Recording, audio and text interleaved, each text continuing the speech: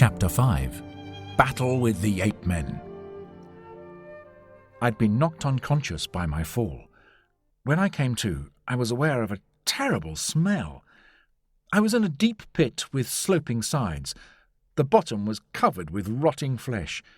In the middle of the pit floor was a tall post which had been sharpened to a spike. It was black with the blood of the creatures that had been impaled upon it. It was an animal trap. And it had been made by humans. Challenger was wrong. Human beings were able to survive where there were dinosaurs. Nervously, I crawled out of the pit, worried that the dinosaur that had been chasing me was still near. It was now early morning. Suddenly, I heard a rifle shot. It must be my companions. Perhaps they were firing the gun to guide me home. I hurried on and at last could see the thorn walls ahead of me. I gave a cheery shout and rushed into camp. What a terrible sight! My companions were gone. The grass was stained with blood, and all our belongings had been wrecked. I'd never felt so afraid and so alone. My only consolation was that faithful Zambo was still nearby somewhere, even if I couldn't reach him.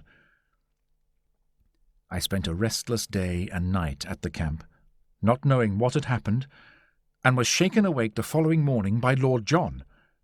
But how different he looked! He was pale and wild-eyed, his face was scratched and bloody, his clothes were in rags and his hat gone. "Quick, young fella, quick!" he cried. "Get the other rifles, fill up your pockets with cartridges and some food. Don't wait to talk or think. Get a move on or we're done for." Still half awake, I followed him as we ran madly into the woods and hid ourselves in a thick clump of brushwood. He then told me what had happened. It was the ape men. My God, what brutes! It was early morning.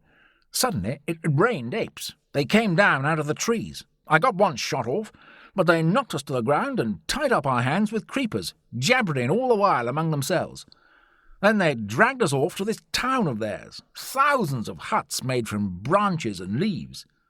The big chief took a shine to Challenger, and you could see why. He had red hair and Challenger has black, but other than that they looked exactly the same. If it wasn't so horrible, you'd have laughed. Challenger was taken off to the big chief's hut, but me and Summerlee were tied to a tree along with some other men. Poor little devils they were. Must be some kind of Indian. My God, what a nightmare! You remember those bamboo canes we saw with the skeleton? Well, that's just below the ape men's town. They took a bunch of those Indians and threw them over. Some were dashed to pieces, some were skewered.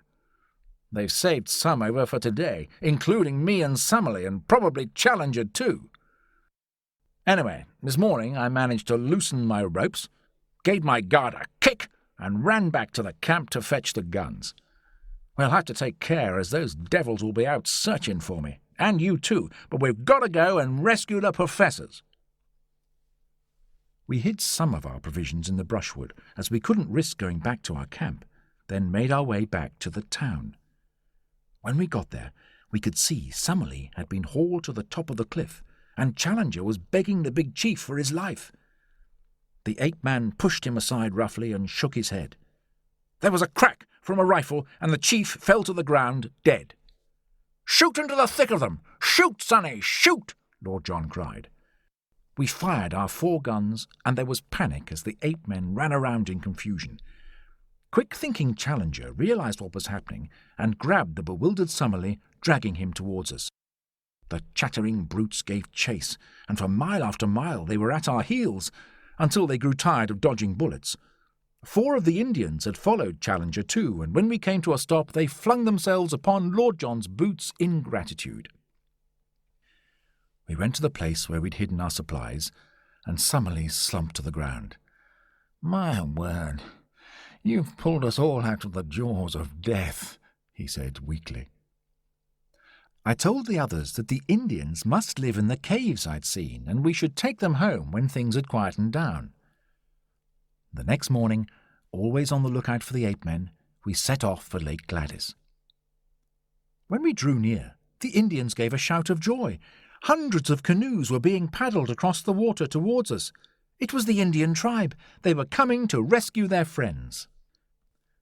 When they reached the bank, the Indians gathered together for a council of war. Although we couldn't understand the words they spoke, from their gestures and the tone of their voices we worked out that they wanted to finish off the ape men once and for all, and they wanted our help. "For my part, I have a score to settle with those monkey folk," said Lord John. "I'm going with our little pals, and I mean to see them through the scrap. What do you fellas say?" Challenger and I agreed at once, but Summerlee, as argumentative as ever, hesitated. "It seems a most questionable step, and very far from the objective of this expedition," he said crossly. "However, if you're all going, I can't very well stay behind." The battle took place the next day.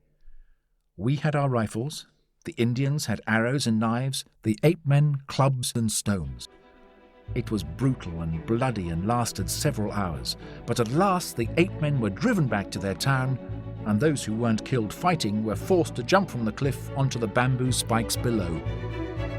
The long rivalry of many centuries had come to an end, and we'd been there to see it.